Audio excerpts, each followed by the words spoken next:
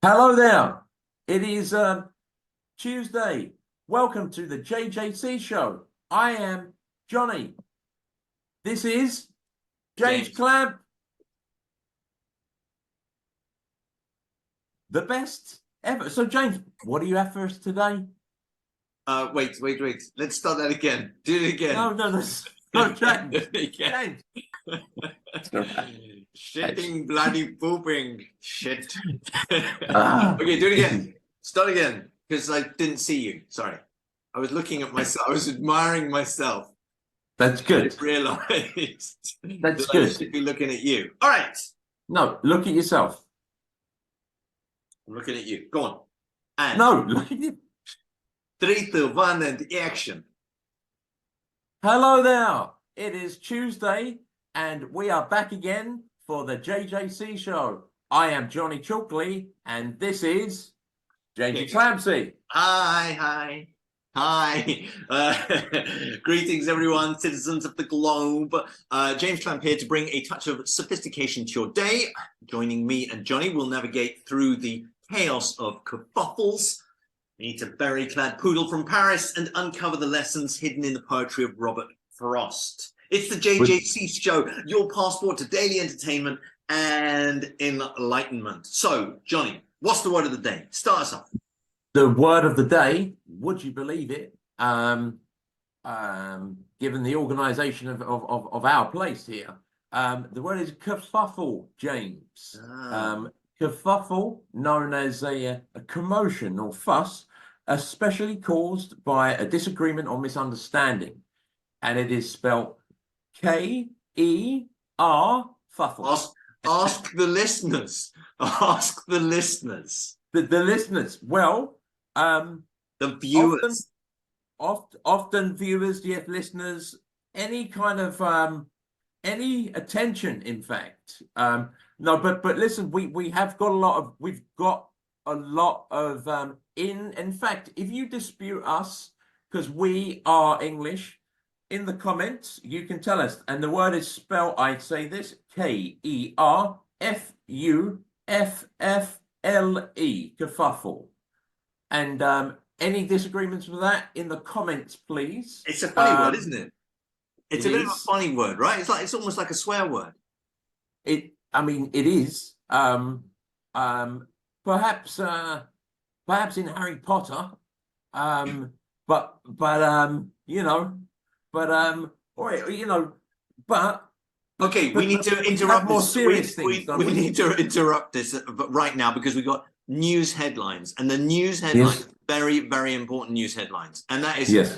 a world record was broken for the longest Yes. squirrel chase in history. Perhaps you want to enlighten us on that. James, that's the news we have. Does it? That is the news. That is the news at the moment. Yes. That is. But I'm gonna just interrupt you right there, because we have to move on to the opinion of the day. The opinion of the day being, tell us about it, John. We'll be back to the squirrel in a moment at some point. I'm sure we can. Oh, the opinion of the day, of course, much more important. Yes, thank you, James.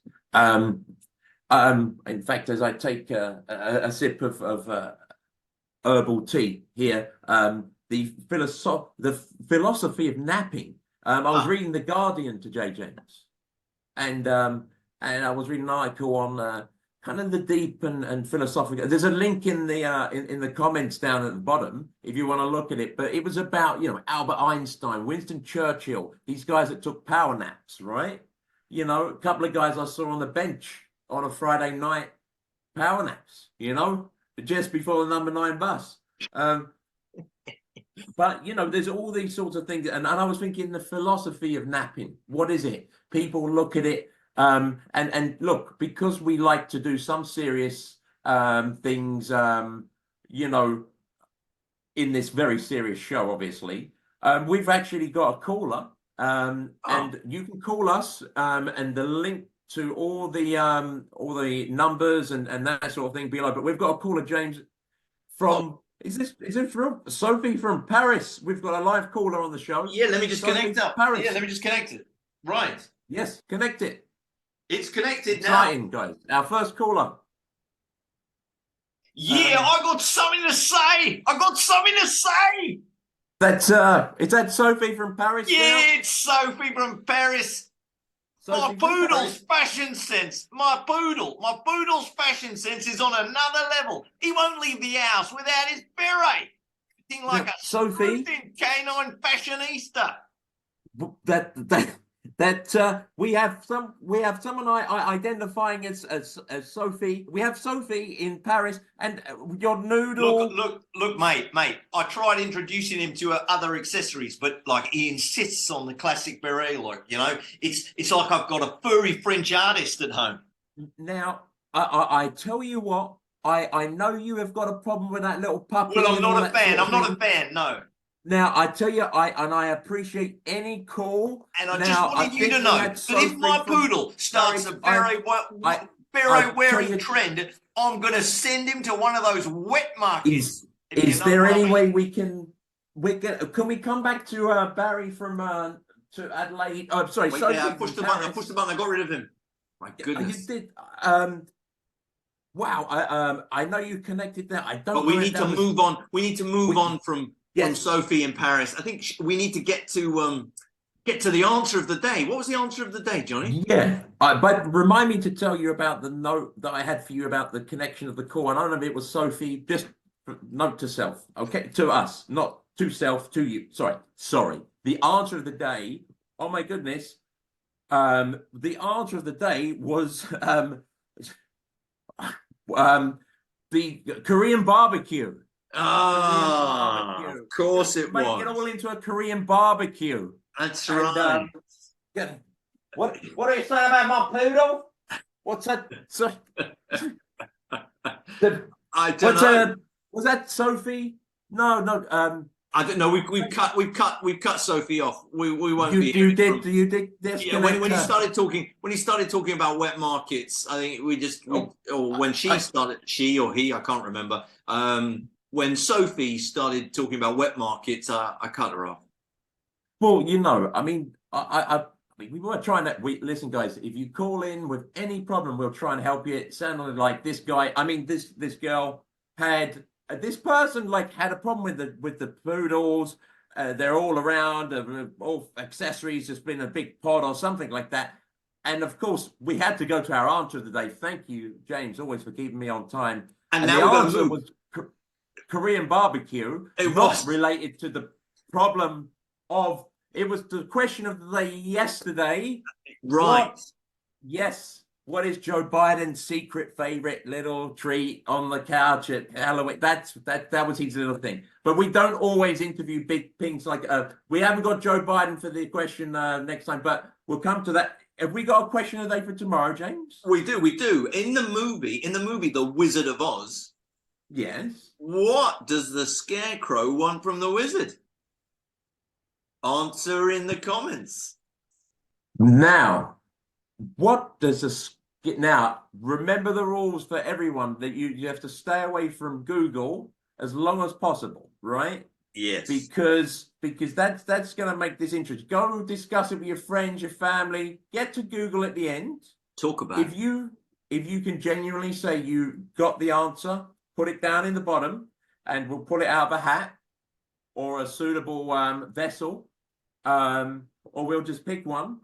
And there is prizes, there is merch, there's lots of prizes, just like what you see myself and James wearing, and anything you see in the background is available on our links below, and also at your local bargain basement store. So anyway, but we got to move on. Come on now. What is the quote of the day? Oh, James, the quote of the day. This is a great one. Johnny, talk to me about the quote of the day. It's from Robert Frost. In 3 words, I can sum up everything I've learned about life. It goes on. Good one. It is. Right. It is. It's funny because it reminds me of when my mum died, and right. And it was like 6 o'clock in the morning, and the death people come and they pick up your dead bodies and they kind of wheel you out the house. and they'd wrapped her in a black bag and they stuck her in this big kind of black car and they drove off down the street. I remember it was deathly quiet everywhere, but it was the street. We were in the street. It was still, you know, the sun was just rising and the car was just driving off. And as the car drove away, so the number 49 bus drove past. And it was like filled with people who were starting their day and getting on with their life, going over to do whatever they were going to do. And it's like they had no idea what had just happened in my life, but it was irrelevant because life just goes on. That's it. No matter what happens, life just goes on. Anyway, that's what that makes me think of. I tell you what, I mean, what a beautiful story, first of all. Oh, thank you, John. And also, you know, I'm trying not to laugh with your absolutely most poignant, beautiful, touching story, but would you stop making funny jokes all the time, please? But beautiful. 49 bus, where does that go? Is that Gloucester Road, is it? Yeah, it was going up Gloucester Road. Yes, exactly what it was doing. It was going on towards Palace Gate. And it was Is that your bus? It was that one of your buses to school in the morning? It was a bus I'd taken to school for many years, yeah. And I was a 101 and a 25 bus, and the 25 bus ended up at Oxford Street. It started in Romford somewhere. I'd always think, oh, I'm gonna miss school, and you know, get on the top deck quickly. You know, be some Bonnie and Clyde, or what's the Shirley and MacLaine? What's the ones that drive over a cliff? The two women. Why as a teenage boy I thought of myself as two women, middle-aged women driving. Anyway, the lesson of the day, James. Oh, lesson. Let's move on to the lesson. Regarding kerfuffles, could you summarize for our listeners, viewers, parents watching? So life is basically a kerfuffle. Officials. But it just moves on all the time, doesn't it? It's just one big kerfuffle, and then nobody really gives a damn, and then we just kind of everything just keeps going. So it's just a collection of kerfuffles. Life is a collection of kerfuffles, one after the other. That's what we got to think about. We got to think about collective nouns. What is the collective noun of a? This is a kerfuffle. What is a collective noun of a kerfuffle? It's called the bloody Tory party. Ooh, political there. Very political. It's a kerfuff. No. A kerfuff or a James. Puff. Is it a? Allow me to finish my sentence. It was very historical. It was very Tory party in 1812 as opposed to the Whip party. See, I was talking about Benjamin Disraeli, you see. Oh, very nice. That's right. I mean, I wasn't. Guys on. Come on, move it on. It's a song choice now. We've got to sing the song. Song of the day. The song of the day is. We're only going to sing a little bit. Now, my printer ran out. It just said the Bohemian Rap. And I'd have said, why don't I make a beat for you for the Bohemian Rap? Okay, here it goes. I'll sing some lines. So you think you can stone me and spit in my eye? So you think you can love me and leave me to die? Oh, baby, can't do this to me, baby. Just gotta get out. Just gotta get right out of here. Ooh, yeah. Nothing really matters. Anyone can see. Nothing really matters. Nothing really matters to me. James, that's brilliant. We went from Bohemian Rap to somehow a dance party in Fire Island in 1991. But I was there in spirit, and I was probably there in actual physicalness. Good day, guys. See you tomorrow. Bye.